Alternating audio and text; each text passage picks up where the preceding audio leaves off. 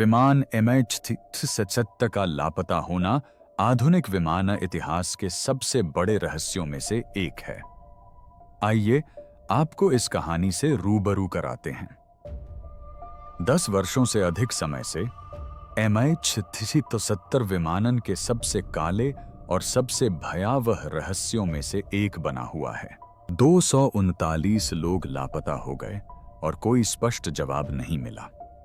लेकिन अब कृत्रिम बुद्धिमत्ता ने अंतिम डेटा का पुनः विश्लेषण किया है और जो खुलासा हुआ है वह चौंकाने वाला है। नए मानचित्रित उड़ान मार्ग से वह दुर्घटना स्थल नहीं दिखता जिसे हमने पहले देखा था। यह रास्ता कहीं दूर जाता है, ऐसी जगह जिसके बारे में किसी ने कभी गंभीरता से सोचा भी नहीं था, ऐसी जगह जो असंभव होनी चाहिए।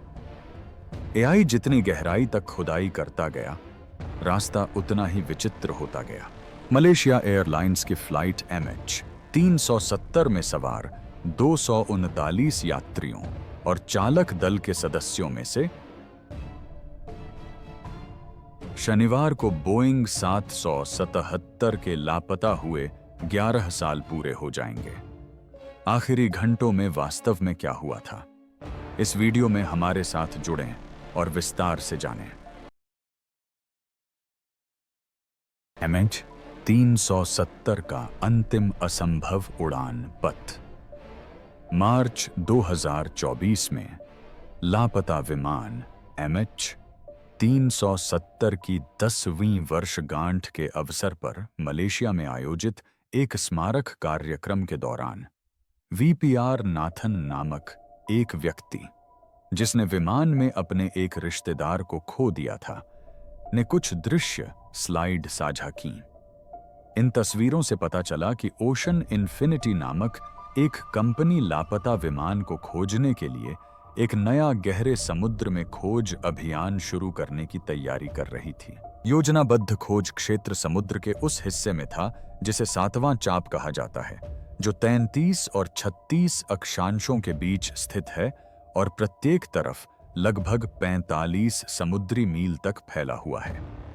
कंपनी ने यह भी कहा कि वे कुछ ऐसे स्थानों पर दोबारा जाना चाहते हैं जहां उपकरण संबंधी समस्याओं या ऊबड़-खाबड़ पानी के नीचे की जमीन के कारण पहले की खोजें विफल रही थीं। नाथन द्वारा दिखाए गए खोज क्षेत्र में वह स्थान भी शामिल था जिसे विशेषज्ञों ने अंतिम अनुमानित स्थिति LIP नाम दिया था।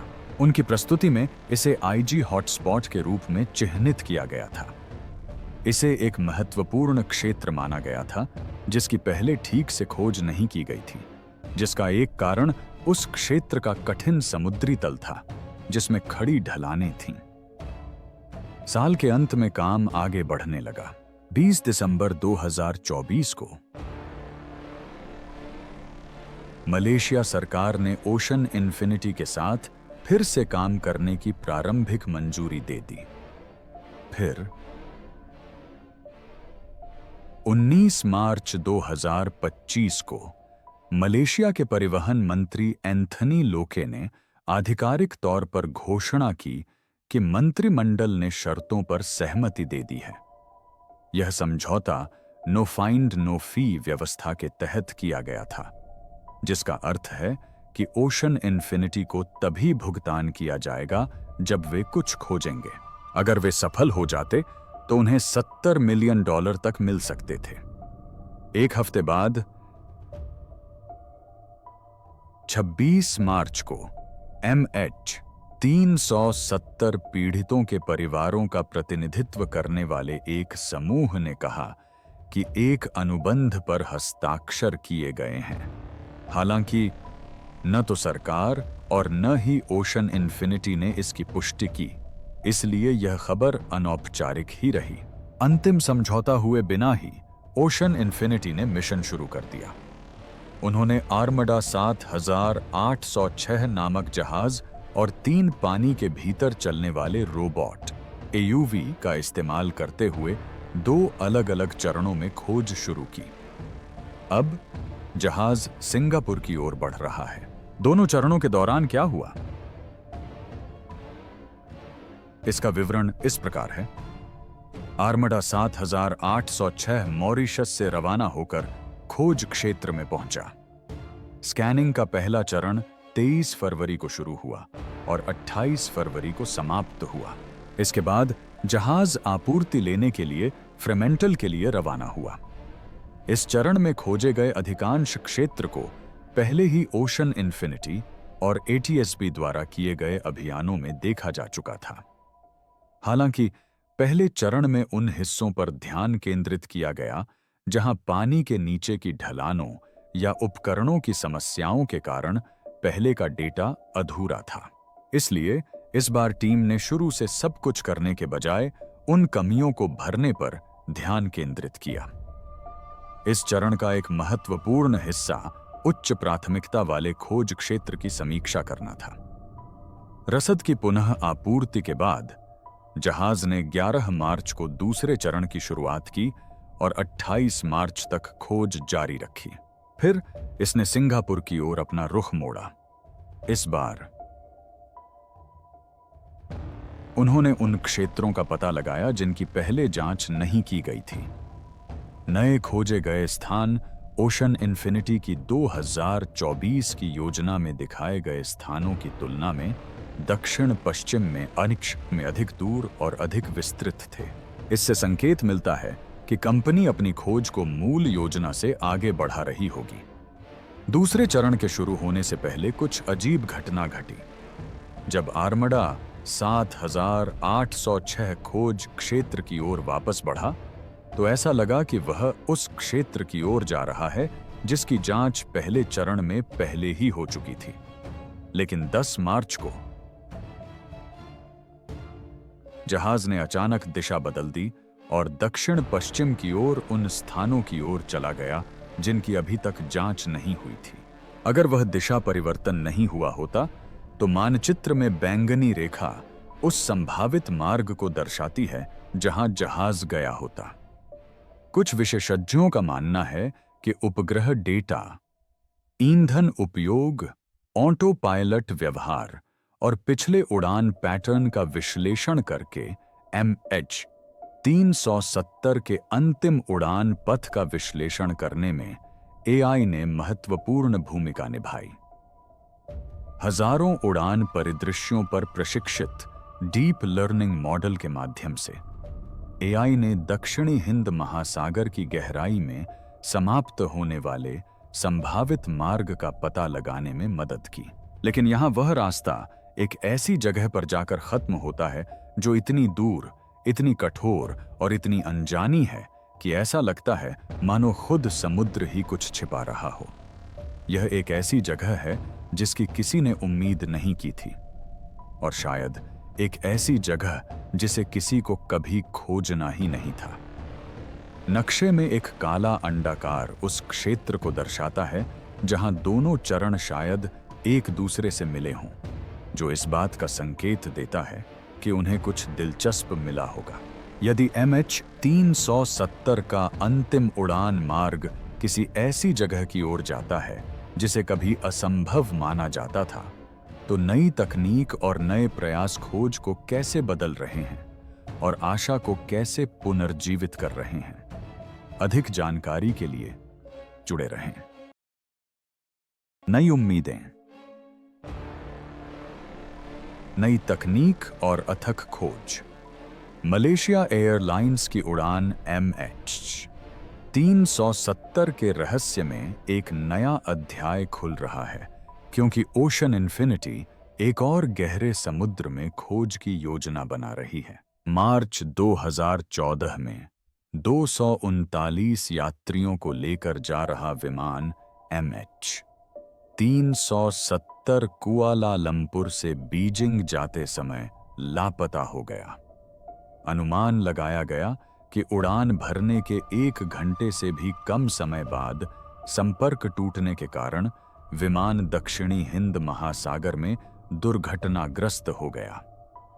नए विचारों, तकनीकी उन्नयन और लोगों की लगातार बढ़ती रुचि के कारण 10 वर्षों से अधिक समय बीत जाने के बाद भी खोज जारी है।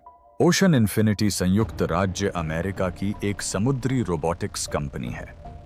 कंपनी ने 2018 में MH370 की व्यापक खोज की थी, लेकिन क्षतिग्रस्त पुर्जे नहीं मिल पाए थे। अब वे एक और प्रयास की तैयारी कर रहे हैं। तकनीकी प्रगति और नए डेटा तक पहुंच ही इस नए अभियान को विशिष्ट बनाती है। कंपनी के अधिकारियों का दावा है कि उनके बेड़े में अधिक परिष्कृत रोबोटिक जहाज और पनडुब्बी वाहन शामिल किए गए हैं। ये मानव रहित पोत पारंपरिक खोजी जहाजों की तुलना में अधिक तेज और प्रभावी हैं, क्योंकि ये बिना कर्मियों के भी काफी बड़े क्षेत्र को कवर कर सकते हैं। मलेशिया, ऑस्ट्रेलिया और चीन ने 2014 से 2017 के बीच 370 की खोज में लगभग 1,20,000 वर्ग किलोमीटर के क्षेत्र को कवर करते हुए समुद्र तल पर छानबीन की, लेकिन उन्हें कुछ भी नहीं मिला। 2018 में ओशन इन्फिनिटी ने खोज में भाग लिया और मलेशियाई सरकार के साथ एक समझौते के तहत लगभग 1,12,000 वर्ग किलोमीटर क्षेत्र की छानबीन की। हालांकि उन्हें विमान नहीं मिला, लेकिन उस मिशन में जुटाए गए डेटा ने वैज्ञानिकों को समुद्री भूभाग को बेहतर ढंग से समझने में मदद की और मलबे के संभावित स्थान के बारे में नए सिद्धांतों को दिशा दी। इस बार ओशन इन्फिनिटी एक ऐसे क्षेत्र की खोज करने की योजना बना रही है जो अब तक लगभग अनछुआ रहा है। यह स्थान उपग्रह डेटा और अन्य मॉडलों पर आधारित है, जिसमें WSPR नामक तकनीक से प्राप्त हालिया निष्कर्ष भी शामिल हैं। SPR, जिसका पूरा नाम वीक सिग्नल प्रोपेगेशन रिपोर्टर है, एक ऐसी प्रणाली है जो दुनिया भर में घूमने वाले रेडियो संकेतों को ट्रैक करती है। इसे विमानों के लिए डिजाइन नहीं किया गया था, लेकिन कुछ विशेषज्ञों का मानना है कि इसमें MH370 के मार्ग के बारे में सुराग हो सकते हैं। उनका मानना है कि जब विमान आकाश में उड़ रहा था तो उसने रेडियो तरंगों को बाधित किया, जिससे एक निशान बन गया जिसका अब अध्ययन किया जा सकता है। हालांकि वैज्ञानिक समुदाय में कुछ लोग अभी भी इस पद्धति पर बहस कर रहे हैं।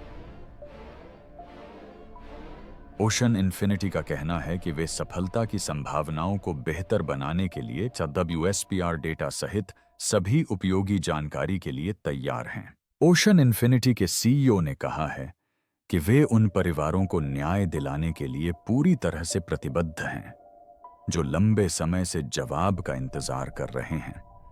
वे स्वतंत्र शोधकर्ताओं और विमानन विशेषज्ञों के साथ भी मिलकर काम कर रहे हैं, जिन्होंने वर्षों से इस मामले का अध्ययन किया है।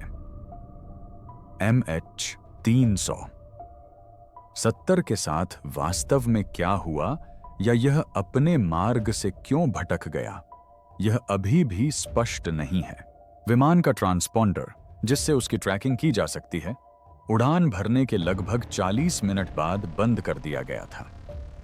रडार और उपग्रह डेटा के अनुसार विमान तेजी से पश्चिम की ओर मुड़ा, मलेशियाई प्रायद्वीप को पार किया और फिर कई घंटों तक दक्षिण की ओर उड़ता रहा। MH370 के पंख के कुछ हिस्से, जो 2015 में रियूनियन द्वीप पर मिले थे, क्षतिग्रस्त हिस्सों में शामिल हैं जो हिंद महासागर के तटों पर बहकर आए हैं। इन निष्कर्षों से पता चलता है कि विमान समुद्र में गिरा था, लेकिन इनसे मुख्य क्षति का पता नहीं चलता। ओशन इन्फिनिटी की हालिया रुचि महत्वपूर्ण है, क्योंकि यह रहस्य को सुलझाने के लिए आवश्यक विमान के ढांचे, उड़ान रिकॉर्डर और अन्य सबूतों को खोजने का सबसे अच्छा मौका हो सकता है। यह प्रस्ताव कंपनी के अपनी तकनीक पर अटूट विश्वास और विमानन के सबसे बड़े रहस्यों में से एक को सुलझाने के प्रति उसकी प्रतिबद्धता को दर्शाता है। 10 साल बाद भी MH370 का रहस्य दुनिया के सबसे बड़े रहस्यों में से एक बना हुआ है। हालांकि रोबोटिक्स में हुए सुधारों, नए डेटा और खोज में जुटे लोगों की लगन के चलते शायद अब इसका जवाब जल्द ही मिल जाए। दुनिया इस उम्मीद में इंतजार कर रही है कि पानी आखिरकार अपना रहस्य उजागर कर देगा। अगर ओशन इन्फिनिटी का अत्याधुनिक बेड़ा और नया डेटा हमें सच्चाई के करीब ला रहे हैं, तो MH370 के अंतिम क्षणों के बारे में हम किन सिद्धांतों को साबित या गलत साबित करने की कोशिश कर रहे हैं, आइए जानते हैं। अनसुलझे सिद्धांत। MH370 के साथ वास्तव में क्या हुआ था? MH370 के लापता होने के बाद से इस बारे में कई चर्चाएं और विचार सामने आए हैं कि वास्तव में क्या हुआ था। 239 लोगों को ले जा रहा एक विशाल जेट विमान बिना किसी निशान के कैसे गायब हो गया? यह आज भी कई लोगों के लिए एक रहस्य है। कुछ विशेषज्ञ इसे दुर्घटना मानते हैं, जबकि अन्य का मानना है कि यह जानबूझकर किया गया हो सकता है। विमान के अजीब रास्तों, सहायता संकेत न मिलने और विमान में कोई खास क्षति न पाए जाने से इन सिद्धांतों को बल मिलता है। एक आम धारणा यह है कि पायलट कैप्टन जाहरी अहमद शाह ने जानबूझकर विमान का नियंत्रण अपने हाथ में लिया और उसे दुर्घटनाग्रस्त कर दिया। कुछ कहानियों के अनुसार उन्होंने अपने घर के फ्लाइट सिमुलेटर का उपयोग करके उसी मार्ग पर उड़ान भरी थी। इस विचार ने उनकी मानसिक स्थिति और किसी योजना के तहत उड़ान भरने की आशंका को लेकर कई सवाल खड़े कर दिए हैं। हालांकि सभी लोग इससे सहमत नहीं हैं। कुछ का कहना है कि सबूत पर्याप्त नहीं है और उड़ान से पहले पायलट की हरकतें सामान्य थीं। एक अन्य मत यह है कि विमान प्रणाली में खराबी आ गई थी और किसी को इसका अंदाजा नहीं था। ये विफलताएं आग या ऑक्सीजन की कमी के कारण हो सकती हैं। कुछ लोगों के अनुसार विमान तब तक ऑटो पायलट पर उड़ता रहा जब तक कि उसका ईंधन खत्म नहीं हो गया और वह पानी में गिर गया, जिससे चालक दल और यात्री किसी तरह पूरी यात्रा के दौरान सोए रहे। यह सिद्धांत विमान की घंटों तक बिना मार्ग बदले उड़ान भरने और कॉकपिट से अंतिम संदेश के बाद संचार की कमी से भी मेल खाता है। अपहरण या आतंकवाद को लेकर भी अटकलें लगाई जा रही हैं। कुछ लोगों का मानना है कि विमान में सवार किसी व्यक्ति ने विमान पर कब्जा कर लिया होगा, लेकिन अभी तक ऐसा होने का कोई पुख्ता सबूत नहीं है। जांचकर्ताओं ने यात्रियों और चालक दल से पूछताछ की, लेकिन उन्हें कुछ भी असामान्य या किसी ऐसे समूह से संबंध नहीं मिला जो विमान को गिराना चाहता हो। एक अन्य सिद्धांत यह कहता है कि विमान को सैन्य बल द्वारा गलती से मार गिराया गया था। कुछ लोगों का मानना है कि यह अपने मार्ग से भटक गया होगा और गलत हवाई क्षेत्र में प्रवेश कर गया होगा। ऐसी स्थिति में इसे एक खतरे के रूप में देखा जा सकता था, लेकिन फिर भी किसी भी सरकार ने ऐसी घटना को स्वीकार नहीं किया है और कोई ठोस सबूत भी नहीं है। इन सिद्धांतों को आकार देने में उपग्रह डेटा ने महत्वपूर्ण भूमिका निभाई। विमान का अंतिम जात मार्ग विमान और उपग्रह के बीच के संकेतों पर आधारित था। इसी तरह विशेषज्ञों ने 7वें चाप का पता लगाया, जो दक्षिणी हिंद महासागर का वह क्षेत्र है जहां उनका मानना है कि विमान दुर्घटनाग्रस्त हुआ था। लेकिन इतने सारे आंकड़ों के बावजूद कोई नहीं जानता कि विमान अपने मार्ग से इतना भटक क्यों गया। मलबे की कमी ने इस रहस्य को सुलझाना और भी मुश्किल बना दिया है। अफ्रीका के समुद्र तटों और रियूनियन और मेडागास्कर जैसे द्वीपों पर मलबे के कुछ टुकड़े बहकर आए हैं। ये टुकड़े MH370 से मेल खाते हैं, लेकिन इनसे हमें यह पता नहीं चल पाया है कि विमान वास्तव में कहां गिरा था। इतने वर्षों बाद भी विमान में सवार लोगों के परिवार जवाब की तलाश में हैं। MH370 की खोज सिर्फ एक लापता विमान को ढूंढने तक सीमित नहीं है। यह इस बात का पता लगाने के बारे में है कि आखिर क्या गलत हुआ और भविष्य में ऐसी घटना दोबारा न हो। दुनिया विशेषज्ञों द्वारा सच्चाई सामने लाने और MH370 मामले को सुलझाने का इंतजार कर रही है। अगर विमान सचमुच बिना किसी निशान के गायब हो गया था, तो उसके लापता होने के काफी समय बाद भी आसमान से लगातार आ रहे अजीबोगरीब डेटा और शांत संकेतों को हम कैसे समझा सकते हैं? आइए इस पर गहराई से विचार करें।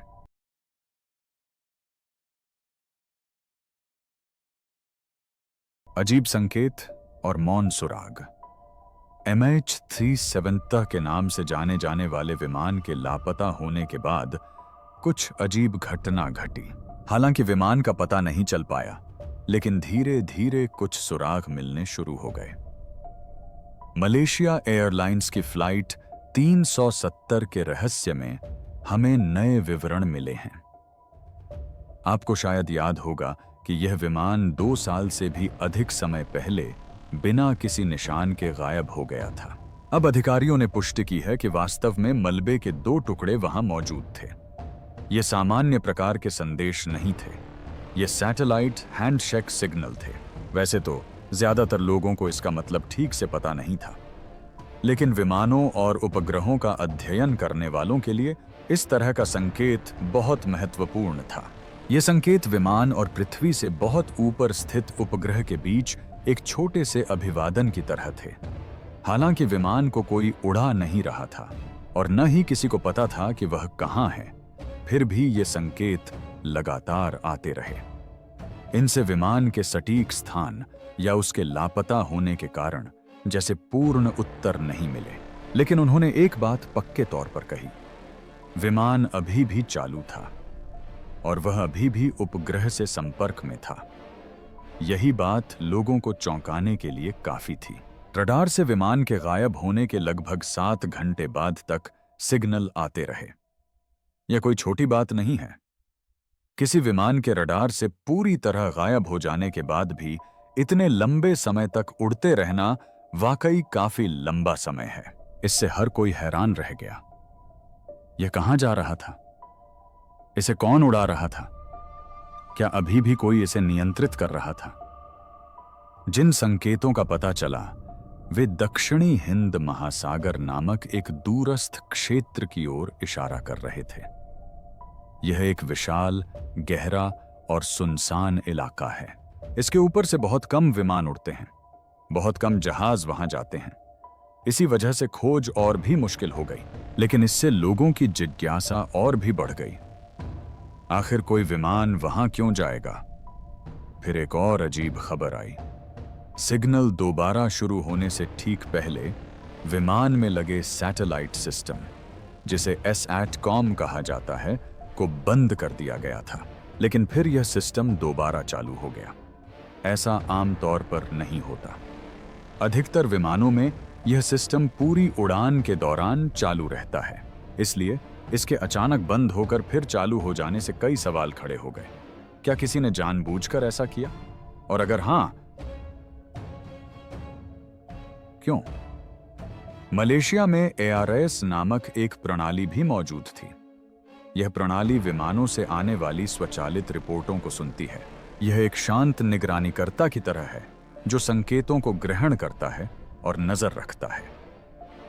MH370 के गायब होने के बाद ARS ने गतिविधि में एक अजीब उछाल देखा, मानो अचानक कुछ बंद हो गया हो और फिर कुछ और सक्रिय हो गया हो।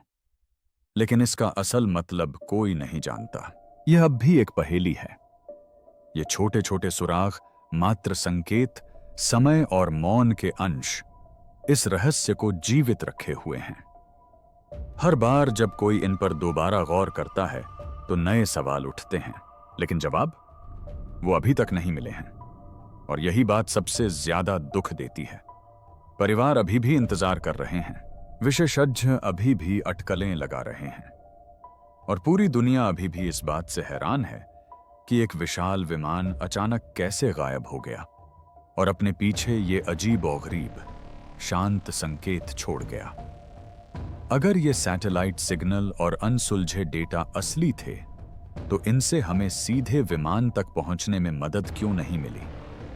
और पृष्ठभूमि में चुपचाप क्या क्या घट रहा था जिसकी हमें जानकारी नहीं थी? आइए और जानें। आसमान में कमजोरी और वो खौफ जो पीछा नहीं छोड़ता। जब लोग हवाई जहाज के बारे में सोचते हैं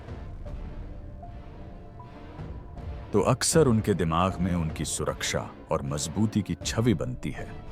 लेकिन MH370 की कहानी ने इस धारणा को बदल दिया। आज हमें पूरा यकीन है कि कॉकपिट में 2 स्विच खींचे गए थे, और आपने कहा कि खींचे गए थे। इससे लगता है कि यह जानबूझकर किया गया था। जानबूझकर? किस तरह की जानबूझकर की गई हरकत? खैर, शायद यह अपहरण था। इसने सबको चौंका दिया और सोचने पर मजबूर कर दिया कि ऐसा कैसे हो सकता है। विमानों में तो कई सुरक्षा उपकरण लगे होते हैं, उनके पास बैकअप सिस्टम है, उनके पास मजबूत संचार लाइनें हैं, रडार और उपग्रहों द्वारा उनकी निगरानी की जाती है। लेकिन उस दिन सब कुछ विफल हो गया, या किसी ने जानबूझकर इसे विफल किया। विमान की स्थिति बताने वाले सिस्टम अचानक बंद हो गए। जिन लोगों को विमान से संपर्क करना था, उन्हें कुछ भी सुनाई नहीं दिया। और यात्री?